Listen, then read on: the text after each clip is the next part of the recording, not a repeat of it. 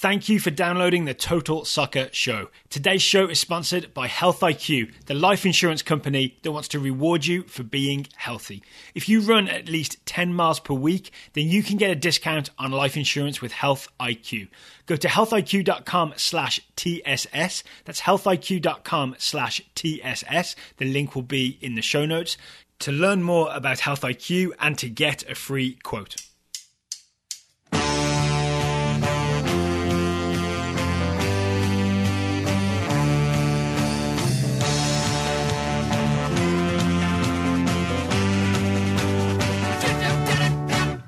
Hello and welcome to the Total Soccer Show. My name is Daryl Grove, and joining me today, it's a man who I'm going to think saw more goals than he expected today. His name is Taylor Rockwell. Hello. Hello, you're darn right I did. Yeah. So, it was the Champions League. This is our Champions League thumbs up, thumbs down review show. And if we're honest, in the prep for this, we were kind of like, none of these games is grabbing us that much. How good is this going to be? And turns out it was goals good. I mean, I feel like maybe they heard that. Like, they heard our internal conversation in the office that we weren't recording all of the Champions League teams and thought, we'll show you two individuals. They all gathered and said, let's score some goals. Pretty much. So to give the quick setup for today's show, for a change, we are not face-to-face, Taylor. I'm in my home studio. You're in the TSS studio. So you're like the official TSS representative today. That said, I do, when we're in the office, like to go Bob Dylan live show, and I face away from you, even when we're in the office. Do people boo you from outside? Correct. You've gone electric. They liked it better when I was acoustically podcasting, yeah.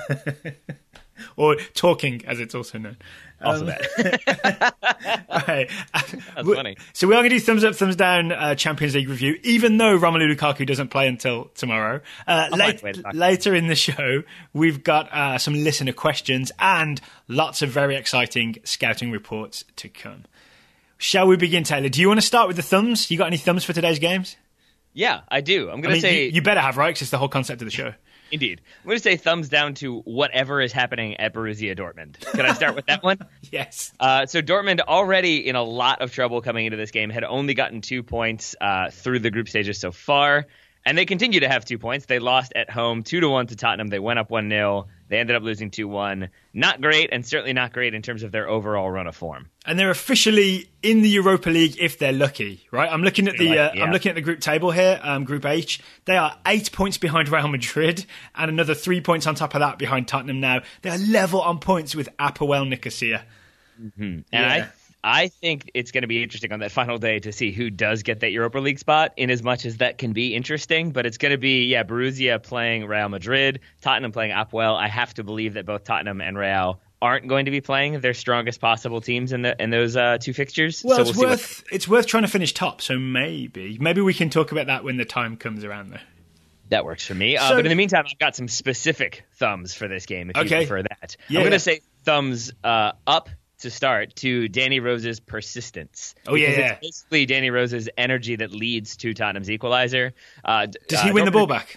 Yeah. Basically, Dortmund are doing a decent job of possessing. They're moving the ball around. It's over on their kind of right hand side of their half, in between midfield and their goal, essentially. Yeah. It's Croatian American Jeremy Toljan with the ball, right?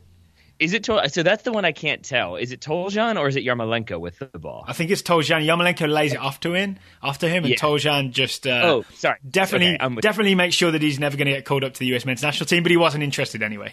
He was not. But sorry, I was confused there because I thought you were saying, because it's Yarmolenko who's doing like a little bit of a dribbly, and I thought you were saying that was Toljan. But Yarmolenko dribbling, drops it back to Toljan, and Toljan thinks, I don't need all those touches. I'll play simple, and kick it right into Danny Rose, who'd stepped and pressed. From that turnover, Tottenham press, get the ball, Harry Kane, back of the net, 1-1. And it felt a little bit in that moment like Dortmund were sort of like, oh, here we go again. This is how it goes. A lot of trouble. There was a better narrative developing for Dortmund, right? Which is the weekend defeat. They had left Pierre-Emerick Aubameyang out of the squad entirely for disciplinary reasons. Do you remember that? We didn't really talk about it on the weekend review show, but apparently he was late for practice a couple of times, and he'd been doing some weird commercial video with a freestyler, like quite close to the game.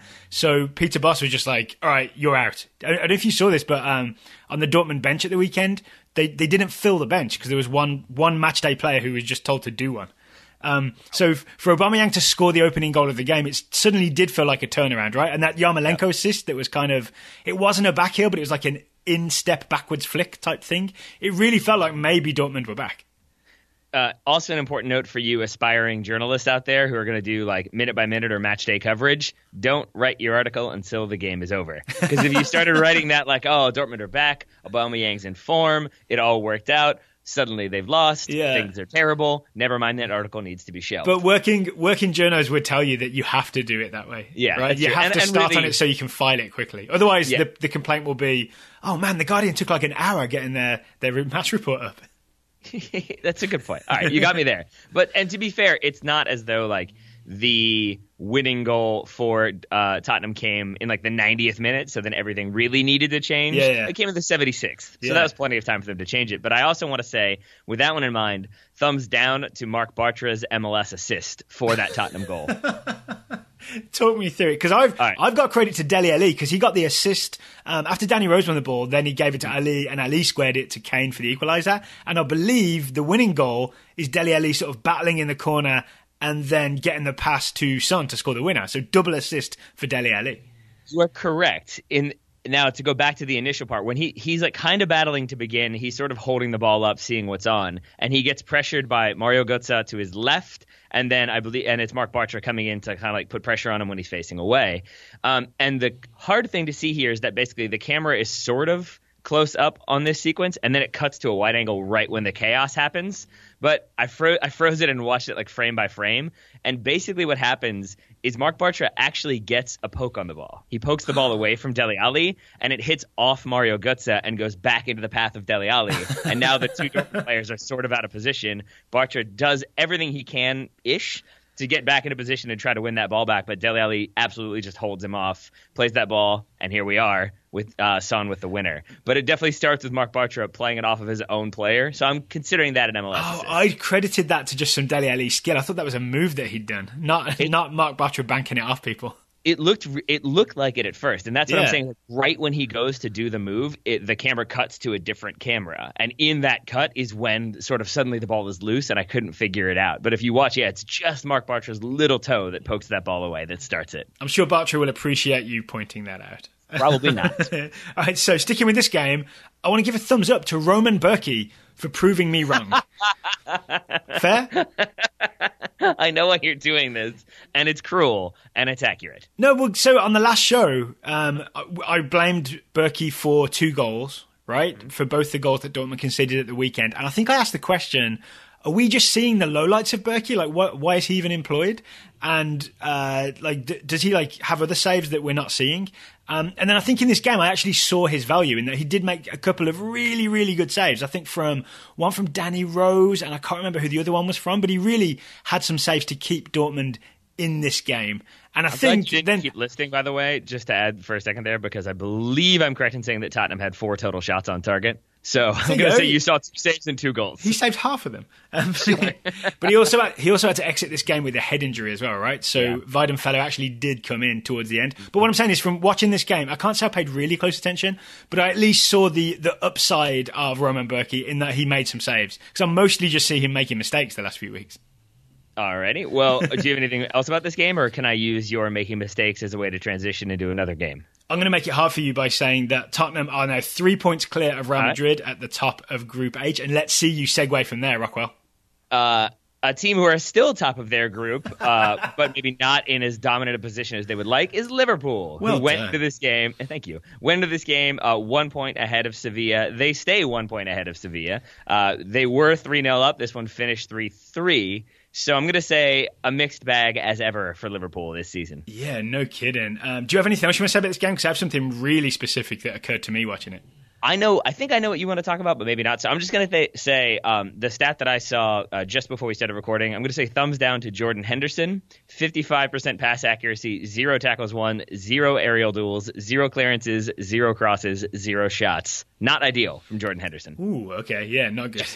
And then I'm curious to hear what yours is, because I've got another thumbs down, but I'm guessing they're going to interrelate. Okay, so my thumbs up is to both Sevilla and Liverpool for offering same game proof that neither man marking nor zonal marking is superior. They're both equally bad when you do it wrong. Sevilla man marked, Liverpool zonal marked, and both conceded 2 goals from set pieces. The first 2 goals that Liverpool scored on Sevilla in the first half were corner kicks. Sevilla man marking, but doing a rather silly thing, which is everybody man marks, but then everybody stares at the ball when the first connection is made. And both times a Liverpool player sort of, instead of heading at goal, flicked it sort of square. And then another Liverpool player, first Firmino and then second time Sane, just snuck around the back of their marker who was just watching the ball. So if you man mark, but you only man mark up to the point where the first connection with the ball is made in the box, then you're always going to lose that sort of second ball, especially if Liverpool, as I think they were clever enough to be almost like looking for a pass on the first header. Do you know what I'm saying? Like neither of those were attempts on goal. I felt like they were both flicks to the far post with the expectation that a Liverpool player was running onto it. A thing that never really gets talked about when it comes to like you always hear about like the art of defending or the art of like how you spot a player running through or how you play a through ball. What never gets talked about is really like what you do to successfully mark on a corner, because you can like track that player, you can hold that jersey, you can know where they are, but there's always that inclination in those final couple seconds as the ball's coming in to think, oh, I can get to that ball. And time again, we see a player leave the man that they're supposed to be marking to try to win that header, and they miss that header, and the man they were marking puts it in the back of the net. Yep. And it's really difficult to know exactly when to do it. So, yeah, to your point then, it's really difficult to do it right already, and it's really difficult to do it right when you're sort of not focused on doing it right to begin with. Yeah, no, sort of, I don't want to blame Sevilla entirely, because part of this is clever play from Liverpool on those corner kicks. It seemed to me there was definitely a plan that was really well executed. I just don't understand, like, when they practice these set pieces, specifically looking at Liverpool, because I have a little bit more familiarity with them, like, usually the idea is you practice against your defense, right? So you've got your attack or like whatever you would do. Do they just practice against like the youth teams? Like, are they not there to like defend their own corners, so they don't quite practice that? I never fully understand what happens there. Maybe they use sort of live bodies for the attacking practices, but they use just dummies for the defensive practices. And it just seems really easy to clear it when the opposition doesn't move. Yeah, you're marking one of those. You know those big metal frame men that you use? They just put those in the box to attack, and then they clear it. This is easy. This guy didn't even jump. I want to continue on then. Do you have more to say about man marking, zonal marking? The flip side of his doing man marking badly is kind of doing zonal marking badly, which is what Liverpool did on the free kick from which Ben Yedder scored a header, which is wonderful rhyming goal for him. Ben Yedder scoring a header. So just to talk you through this one, it's Alberto Moreno is kind of zonal marking. Liverpool doing that thing where they're in a line and they each attack the zone, and it's a short-ish sort of cross. And Moreno's just thinking, oh, perfect, this is coming in my zone, I'll head it away, this is great. And Ben Yedder comes streaming in from behind him and zips in front of him, gets there first, gets the header on goal, puts it in the far corner. That's how Sevilla score. It's because Moreno isn't alive to the sort of the attacking players, because, again, the metal frame men don't move like Ben Yedder does. And then on the crucial, the third goal, the 93rd minute goal that Guido Pizarro scores, Liverpool are zonal marking, if you watch. They've got a good spread, but Sevilla have so many men forward that it's almost like there's too many men for the zones, right? They flooded the zones, maybe, is how to phrase it. So when that ball drops down, Pizarro just has, I think Henderson is slightly on him, but there's a little too much space for him to get to it and score that equaliser to make it 3-3. The reverse Istanbul, as I believe my commentator was calling it. I mean, that would make sense. And I want to say, like, this is spoiler alert for Ocean's 12 here. Darryl, when's the last time you saw Ocean's 12? Ooh. And never is an acceptable answer. Is that the one with Julia Roberts as Julia Roberts? Yes. Yes, it is. I think it is. Well, basically the point there is, I saw it on a plane, maybe.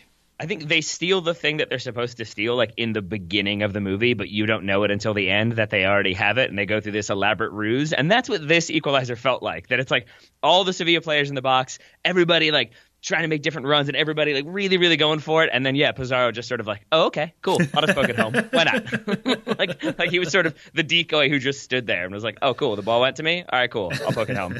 Awesome. Can we talk about the other crucial moment in this game? Yeah, this is what I want to talk about. Is it the penalty kick? Yes, it is. Yeah. Because we both kind of, as you said, we weren't super excited about a lot of these fixtures. This was the one I think we had kind of both settled on that we were going to watch. Yeah. And then it was 3-0 Liverpool. And I was sort of like, all right, well, I'm going to go watch City versus Feyenoord. That was 0-0. There's a lot interesting stuff happening there.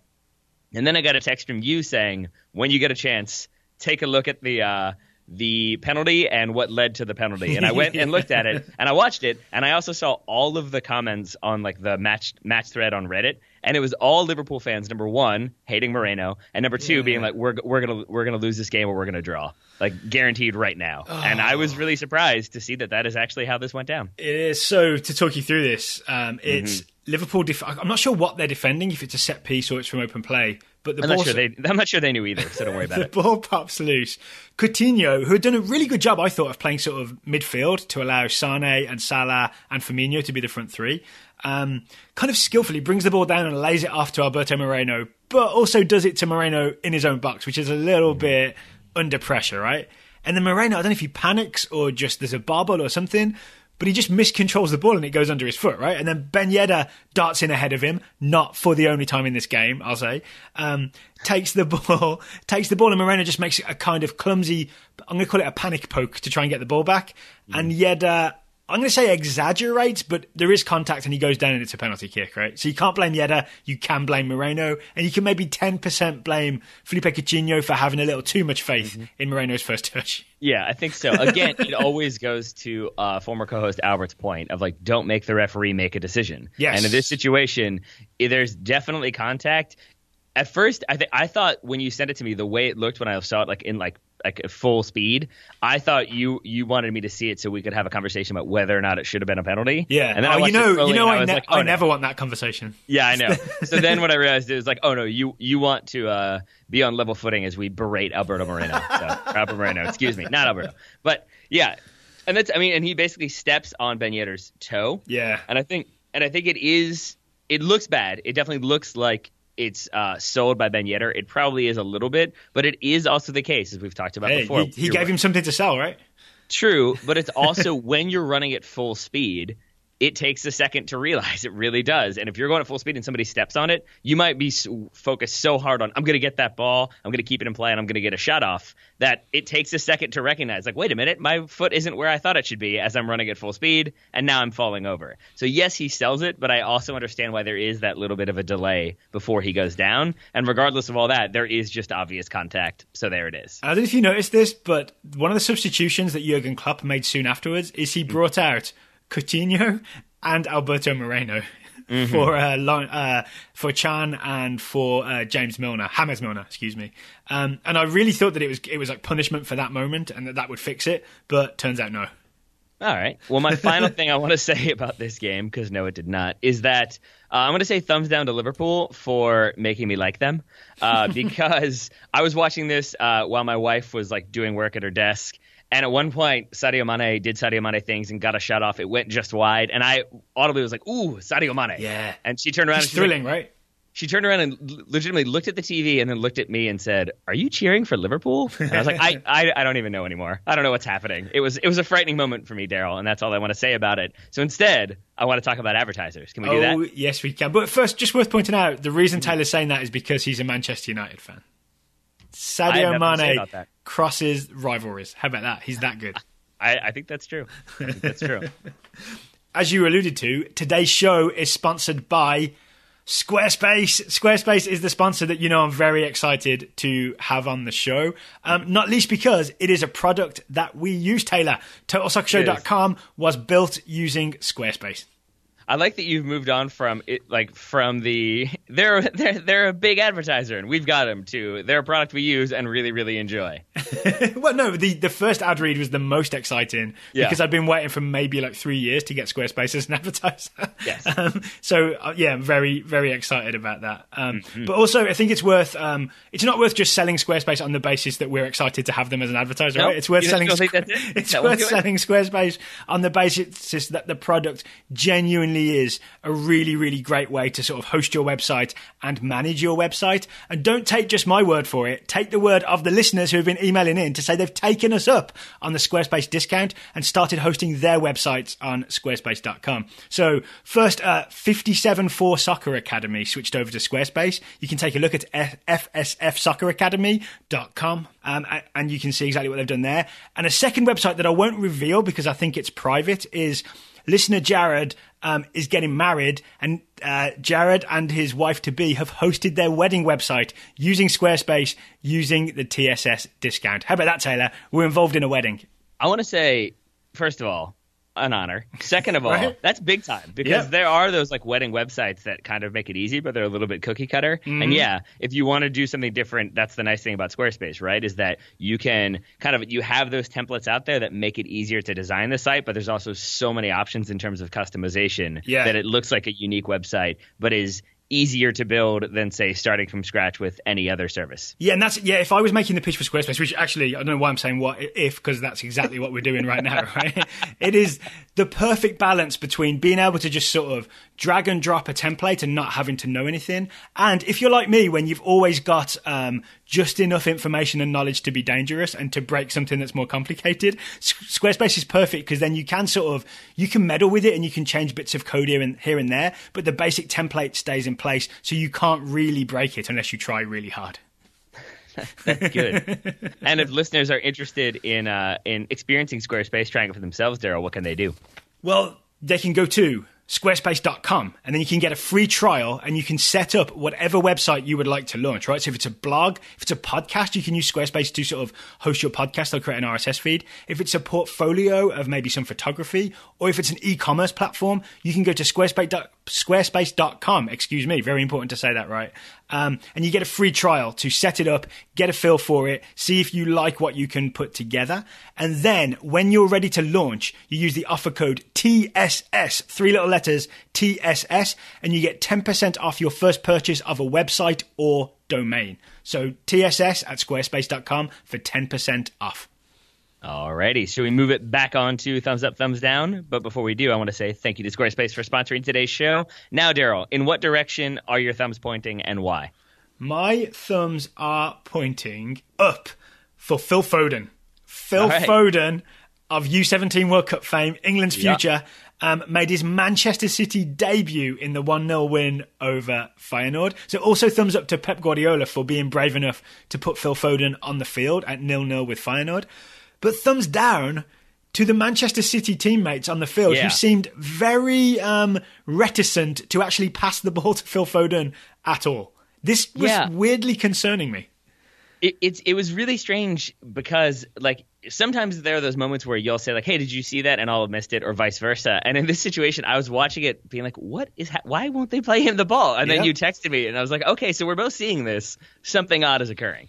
I think, and it seemed to me that he was doing everything right? Like he came on the left wing, and he did that Man City thing where the left winger kind of pulls wide to, stretch the opposition defence, which is it's what Leroy Sané does. So I'm assuming it's what Phil Foden was supposed to be doing. But I really Is it possible that he subbed on for Yaya Toure, and maybe I think you'd be hard pressed to find somebody who looks less like Yaya Toure than Phil Foden? And I'm wondering if maybe they were just used to Yaya that they were like, you're not Yaya. Nice try. He did Feyenoord look like player a child. Wearing a City jersey. Right? Yeah. Phil Foden is really small and skinny.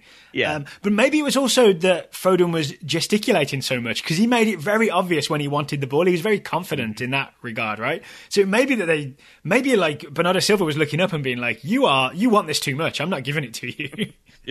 I mean, there is something to be said for that you could definitely see a player and be like, you're going to dribble the ball too much. You're going to get it poked away. Pep's going to scream at me for passing you the ball. He's going to scream at you for losing the ball. I'm just going to pass it somewhere else. Although on 2 occasions, he didn't get the ball. I think it was Silva both times elected to pass to somebody else, and both times that pass went awry. So it wasn't like he was making smarter decisions. It seemed like maybe it was just a weird blending in that needed to take place. Could it be like guys like Silva are kind of concerned for their starting spot? Because Silva's not a regular starter for Man City, right? He's in and out of the team because it's so loaded with talent, and maybe it's not in Bernardo Silva's interest to have another young attacker who's going to be getting all the headlines and taking his minutes. Maybe it's kind of deliberate.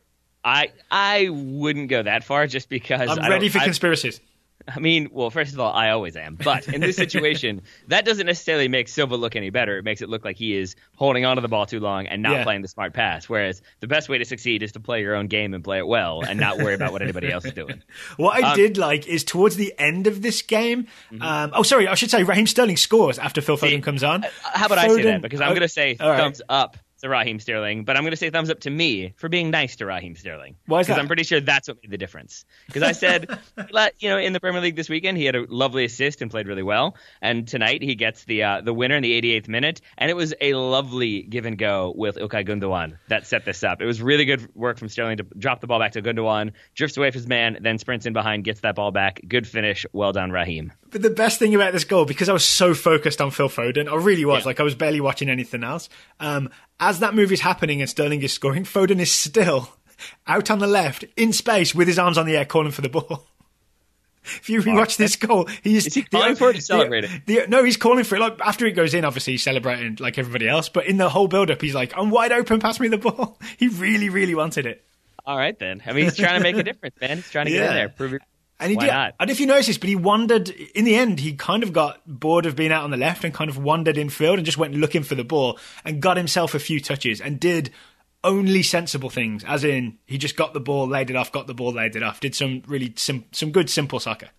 Good job, Philip. I'm assuming his name is Philip. I'm not sure. Philip Foden. Yeah. There we go. Anything else from that game before I move us on to other locations? No, please go ahead. I've got two more, so let's see where you go. I have got two more as well, and probably not to where you want to go, because I'm going to go to Italy to talk about Napoli. And I'm I didn't see this. I don't even know what happened, I have to admit. Napoli won 3-0 over Shakhtar Donetsk. I believe that takes them to, looking at his piece of paper, I'm not sure where they are. They're in third right now, 6 points, 3 behind Shakhtar Donetsk. So a very big win for them to stay competitive, possibly get in that final Champions League spot. But the reason why I want to single this one out is because Insigne, with the opener, it's the type of goal where he holds onto the ball so long. I mean, it's all good. It's not like he's just sitting there selfishly, but he's making so many different moves and runs and cuts that you hear his name probably 30 times. So it's that old school sort of goal where it's like Insigne, Insigne, Insigne, Insigne, and like it keeps going more and more and more. But it ends with him. Even with all that said, it is still a shot from about 30 yards out that he just buries for the opener. How did I miss this? He is real, real good. You should find that highlight and watch it a bunch. I will do. That's what I'll be doing as soon as we're done recording. No, I won't. I'll be watching the MLS playoffs. I'll be doing that tomorrow morning. But that old school, I mean, it's I think I watched it with, like, the clip that I saw was like a Portuguese commentator, I think. But it is that sort of Insigne, and then the way to analyze the goal afterwards, rather than be like, oh, he cuts inside, it's a lovely finish. It was just screaming his name over and over and over again. It's beautiful, beautiful stuff. Well, I've got a thumbs up to Luka Modric for punishing a laughable clearance severely. Have you seen this goal? No, but I know he scored it because I know it's his first one in like over a year. So listen to this. It's Real Madrid's first goal in the 6-0 win over Apoel. It happens thus. There's a Real Madrid cross into the box, and Vinicius, who I believe is Brazilian, he's not the famous Vinicius teenager. It's Vinicius, who plays in midfield for Apoel, tries a backheel clearance in his own box. When he could have just put a left foot volley through it, he turns around, getting all fancy, and puts a backheel clearance to it. He only succeeds in kind of lifting it straight up in the air, and it just lands down to Luka Modric in all kinds of space. And Modric does that beautiful thing where you sort of catch the ball almost as low as you can. You know, it's always tempting to take a volley out of the air high. When you've got time, you can take it as low as you can, right? And he's able to then volley it into the bottom right corner. But I think it's the perfect punishment for what was a really, really silly clearance from Vinicius. I mean, I think overall all of Apoel was punished in this one. So I think you can single out that one, but you can single out any number of players. Ooh. I'm going to choose to talk about Cristiano Ronaldo. Sorry, before you move on, could I just mention, speaking of punishing Brazilians, I did have in my notes and I forgot to mention, did you see Firmino's finish for the third Liverpool goal against Sevilla? No. Here's what he does. It's like I said, I cut away. Okay, so this ball is squared to him, so it's like kind of on a plate. He's in the 6-yard box, no one around him. He does a no-look finish. Like, he looks over his shoulder backwards down the field as he strikes the ball to score. And I kind of feel like, in hindsight, that's inviting bad karma and inviting that 3-0 lead to slip away. So just while we're on the topic of Brazilians doing silly things just to show off, Vinicius and Firmino go in the same boat for me. I was curious how you were going to tie that in, because you said before you move on, I was going to talk about the same game. You went back to a game we talked about 25 minutes ago. Hey, I saw my opportunity to link two things together and I took it.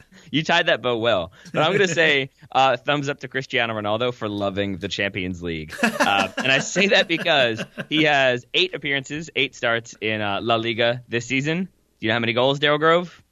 I read it and I can't remember it, so no. I believe he has 1 goal this year. In the Champions League, however, 5 starts, 8 goals. So he's doing all right in the Champions League. Maybe not in a regular competition, but still doing Ronaldo things in the Champions League. Is that because you don't get to play Apoel Nicosia in La Liga? And an out-of-form Borussia Dortmund? Yeah. All right, final one. So that was 6-0, but Real Madrid still in second place, 3 points behind Spurs in Group H. There's one that I'm surprised you haven't brought up, which is... It was the one I was saving. Again, I'll hand it over to you then. I mean, I'm assuming it's thumbs up to Besiktas? Yes, it absolutely is, yeah. For topping a group that I did not think they would top. No. I thought there was a decent chance that it would be probably the reverse order if I were betting, because it's currently in Group G, Monaco at the bottom with 2 points, RB Leipzig in third, Porto in second, Besiktas top. I really did think that probably would be the other way around. And as I understand it, Besiktas have officially qualified for the round of 16. You are correct. For the first time the headline I saw was the first time in 31 years. Yep. Wow. Yeah, man. And I want to say a reason for you to like them is, do you know who plays for Besiktas, Daryl Grove? Yeah, I mean, it's like a rogues gallery. It's Pepe, Ricardo Quaresma. There it is. There he is, yeah. Talisca scored, the guy who sort of flirted with Wolves and then went to Besiktas. Yeah. So it's Quaresma in there, obviously being a focal point for this Besiktas team. They played Porto. It was a 1-1 draw, which leaves them, I'm assuming that they have RB Leipzig still to play, because after the game, Quaresma said, anything I can do to help out Porto, I'm going to do. Which means I didn't think of that. I didn't think of that. Yeah, because that's former club.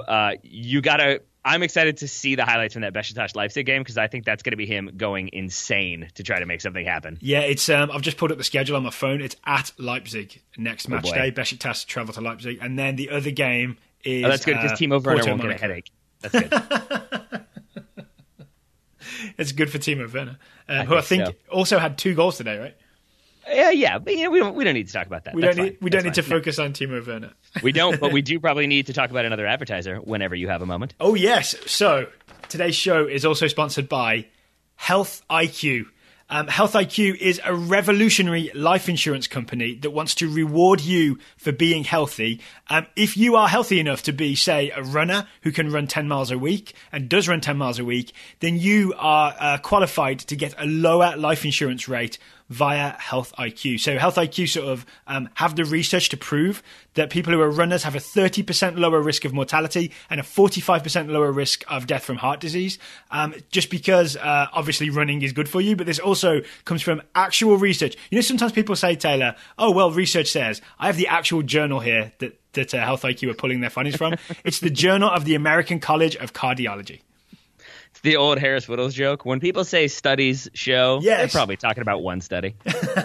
Well, actually, Health IQ also listed a lot of studies, because I think their whole business is based on the idea that people who are active, people who are runners, get a lower life insurance rate because they have lower mortality rates. It's only fair. So if you run at least 10 miles a week, you can go to healthiq.com/TSS, healthiq.com/TSS, and you can see if you qualify for discounted life insurance.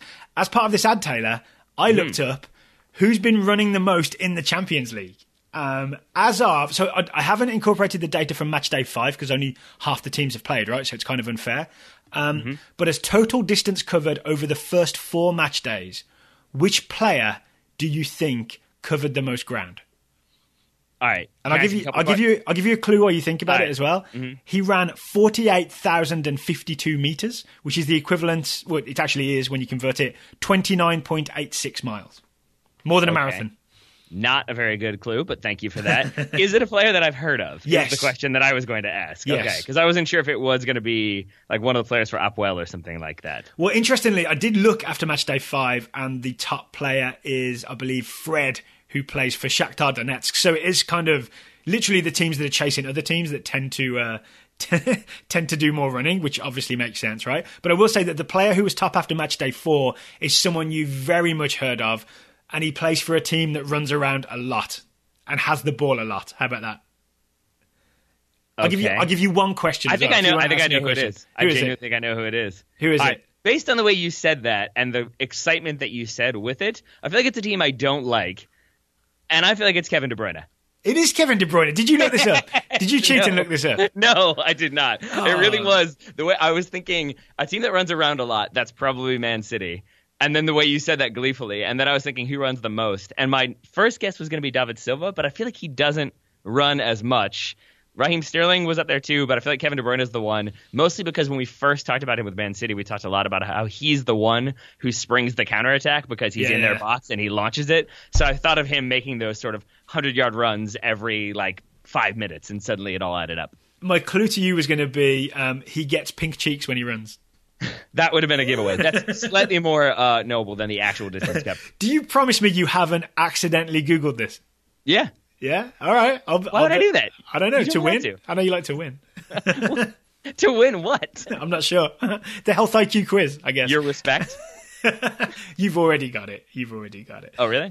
So if you don't have to run as far as Kevin De Bruyne, but if you run at least 10 miles a week, then you do qualify for a lower rate on your life insurance through Health IQ. So go to healthiq.com/TSS, healthiq.com/TSS. The TSS is lowercase. And thank you to Health IQ for sponsoring today's show. And thank you to Kevin De Bruyne's pink cheeks. I might be done for a while. No more specific predictions for me. No more guessing. I'm pretty happy. No more Wikipedia games for me either. You can take a victory lap on that one. Kind of. You might hear about that a couple of times from me. Just letting you know. See, the problem is that we're not in the same place, so I feel like I'll never be able to convince you. So I'll move on from it. I'm still going to hold to Alex Song getting a red card as my ultimate prediction. You seem trustworthy. All right, on today's show, we have 2 listener questions that we wanted to answer. We'll have more on the next show as well, and we have scouting reports. Are you ready for the questions, Taylor? I am indeed. Okay, so first question comes from Ben Sundstrom.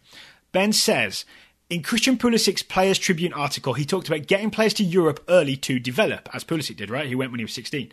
Listening to your podcast, it was pretty much waved off as, quote, US soccer can't change EU law, unquote.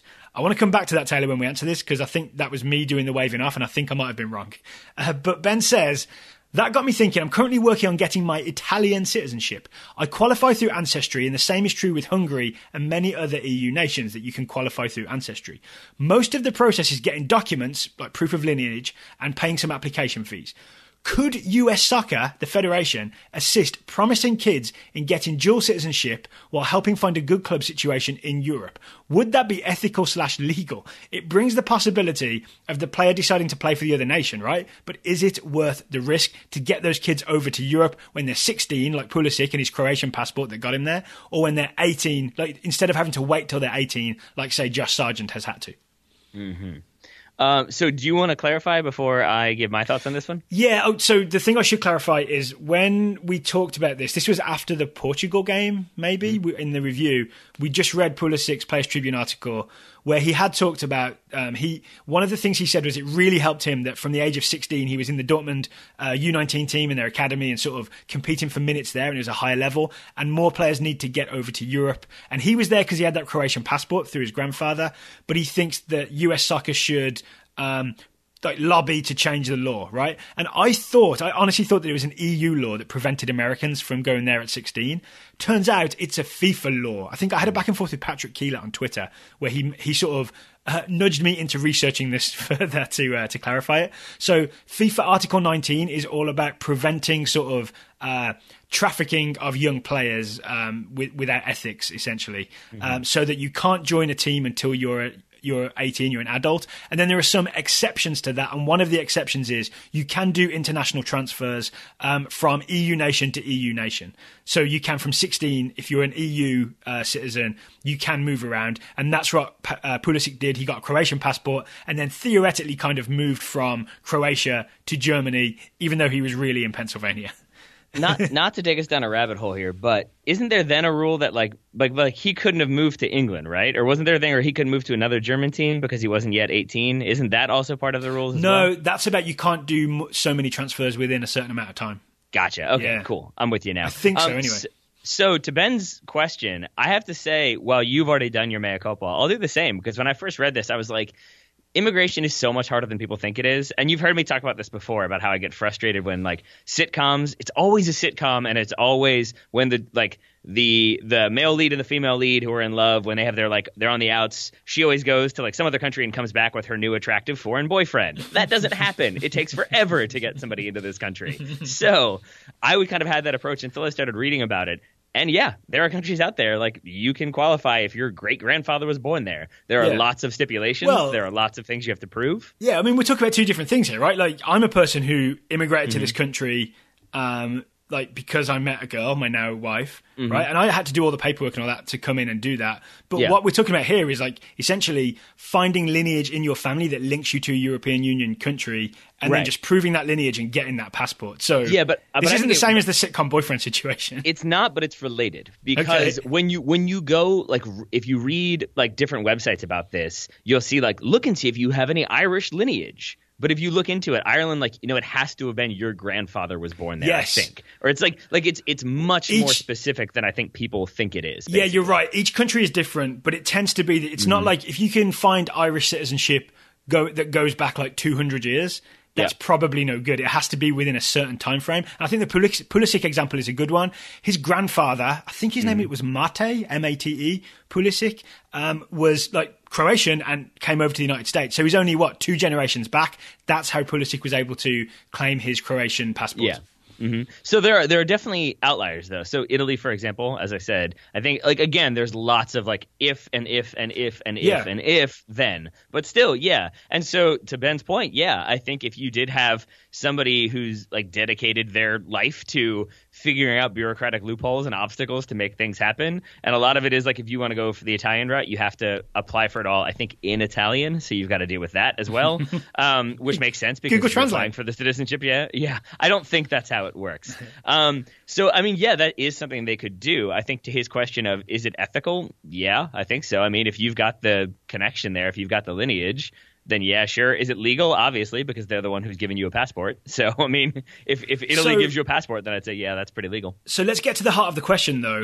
Should US soccer assist promising kids in getting their dual citizenship? Because it looks to me like the Pulisic situation was, for those who don't know, Pulisic's father, Mark Pulisic, played some soccer and kind of knew the ins and outs a little bit, right? And he was lucky enough to have his grandfather be Croatian. So it was kind of easy for Christian Pulisic because his dad knew what was up and his grandfather was a recent enough immigrant that it was quite easy to get, right? But there are other kids who may not even think about their lineage and the fact they could get a passport. And maybe, or their parents aren't clued into it, and maybe they would benefit from maybe some new office created at US Soccer, and it's their job to be like, hey, 14-year-old, you're real good. You might want to think about getting into like the Werder Bremen Academy at 16 instead of 18. Let's look into your background and see what we can do. So we're talking about sort of almost a new role at US Soccer. I think that there are pros and cons on both sides. I'm going to go with a reason why I think it shouldn't work, they shouldn't do that. That's maybe not what you would jump to right away. And I think it's that if you establish this office, if you're US Soccer and you do that, I mean, you are essentially exploiting a loophole, right? Like, you found a loophole that allows your people to go in a way that maybe other countries can't. And I have to believe that FIFA takes notice of that, and maybe that leads to some. I mean, FIFA is not a quick acting entity by any means. It's a large bureaucratic organization, but I have to believe that they'll maybe look into that and try to find ways to close that loophole. And so it's probably better to kind of keep it on the down low and be like, hey, man, do you have any Italian-Lithuanian family? If so, maybe. Well, so some people may be remembering that when DeAndre Yedlin was trying to move over to Tottenham, he didn't initially get the work permit because England has quite a strict sort of rules on who they give work permits to. I think because he hadn't played enough international games, he didn't meet the criteria. So he was looking into getting a Latvian passport because his mother had Latvian heritage, if I remember correctly.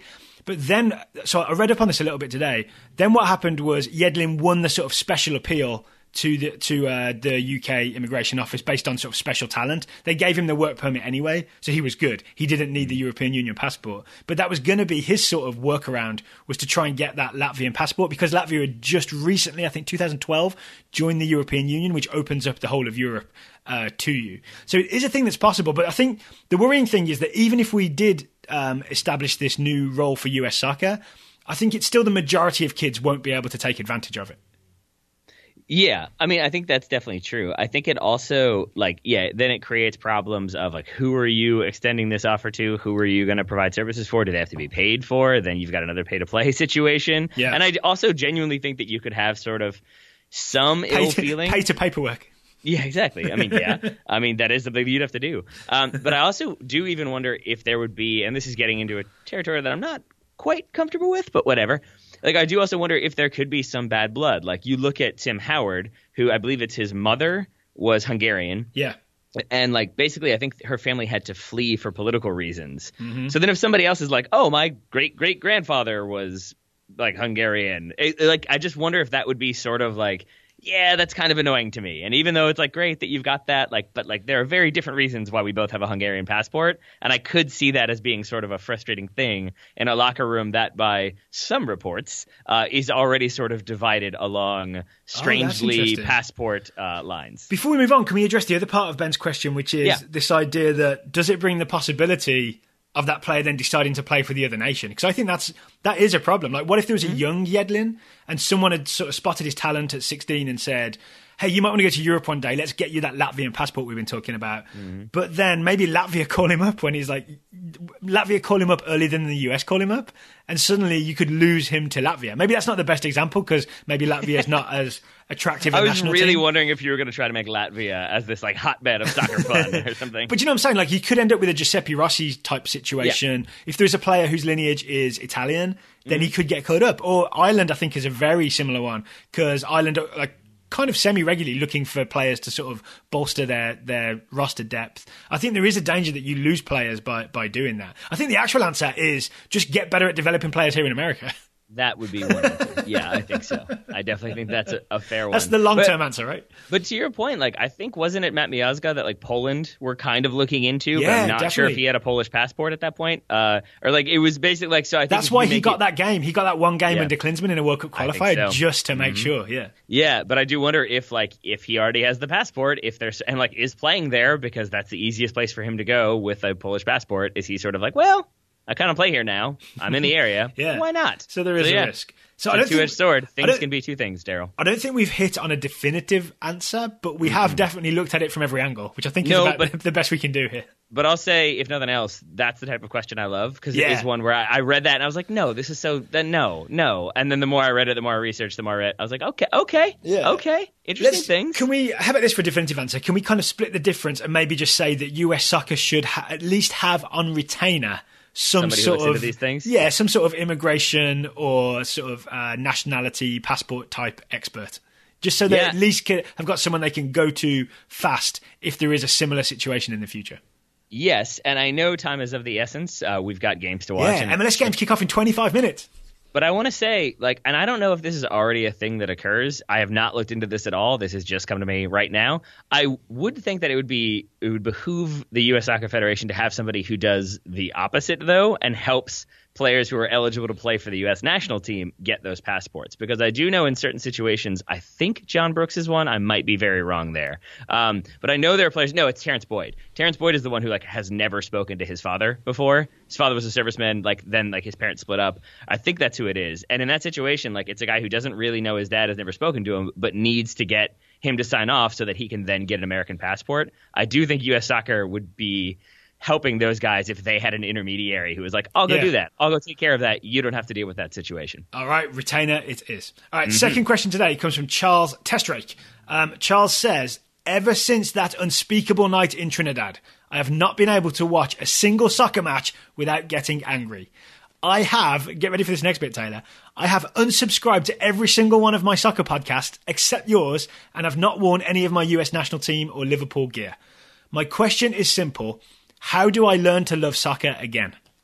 Well, the what's the thing? The coals are still burning. The flame is still there. And I would say because, if you're still listening to us, that's a good start. I take that. I'm hoping that's not a threat. I'm very grateful for that, by the way.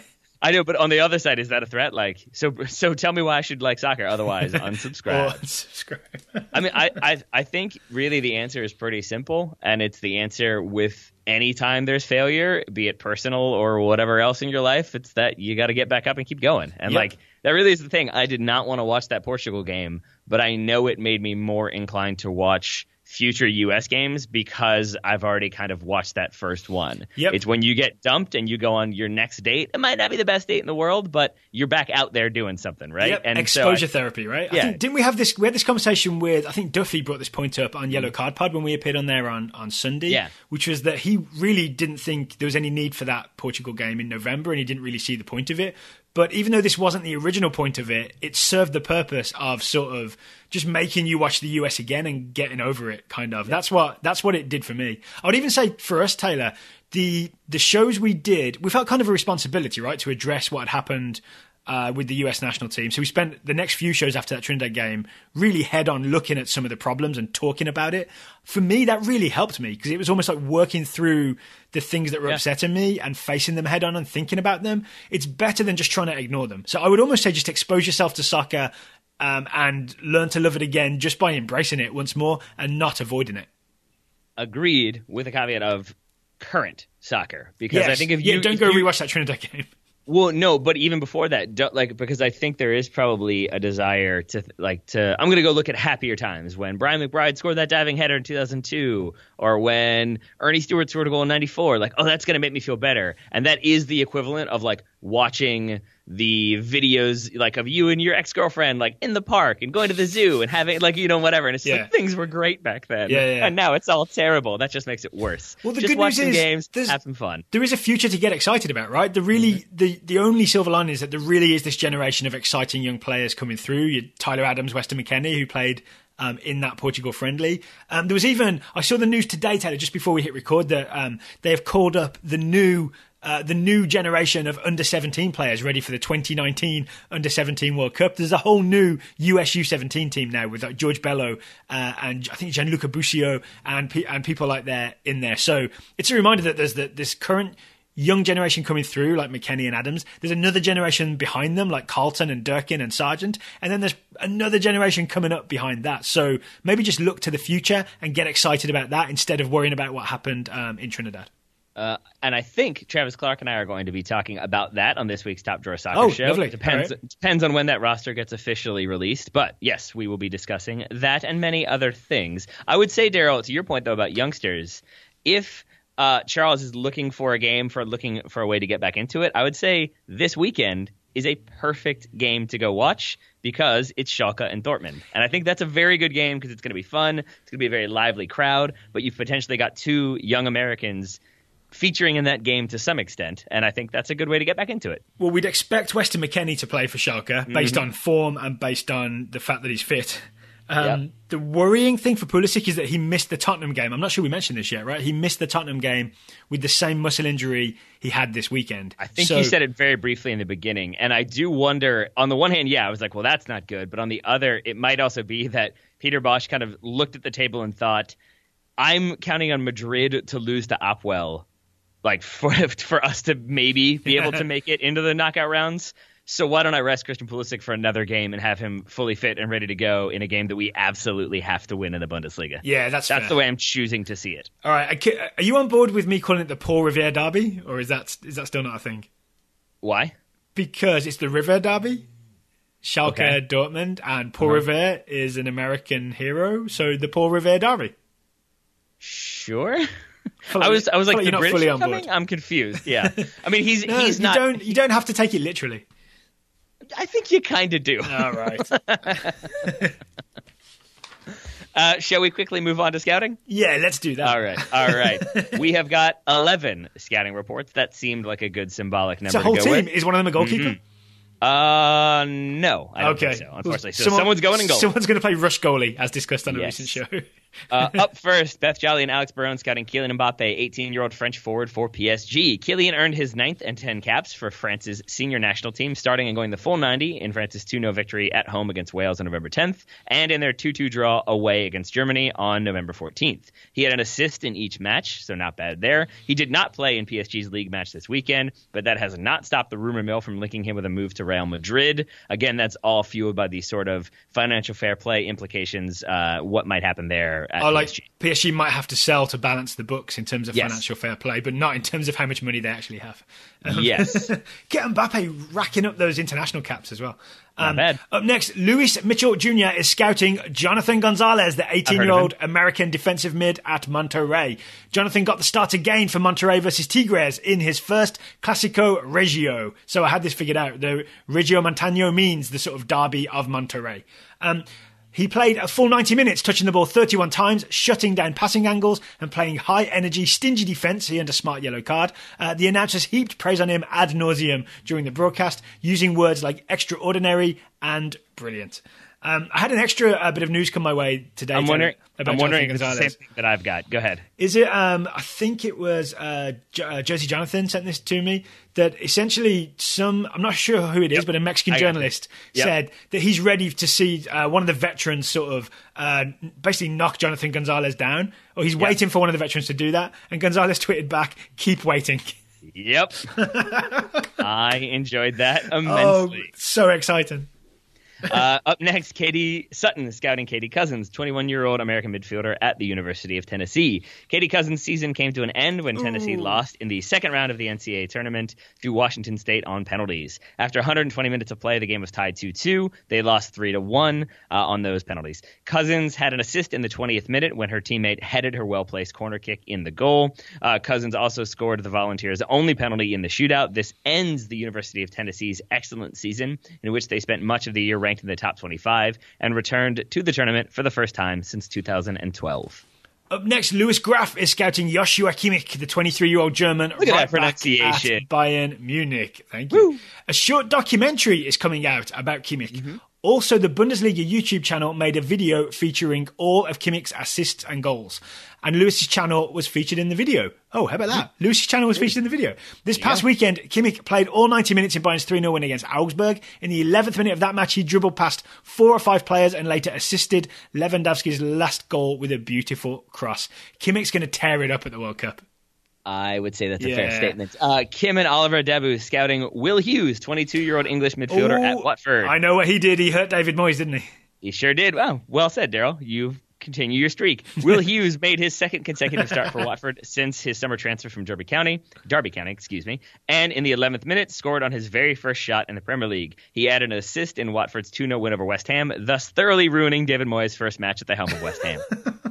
Colin Johnson is scouting Jan Fiat Arpe, the 17-year-old German striker for Hamburg. Arpe started in his first Bundesliga match on November 4th and also managed to score his first Bundesliga goal in that game.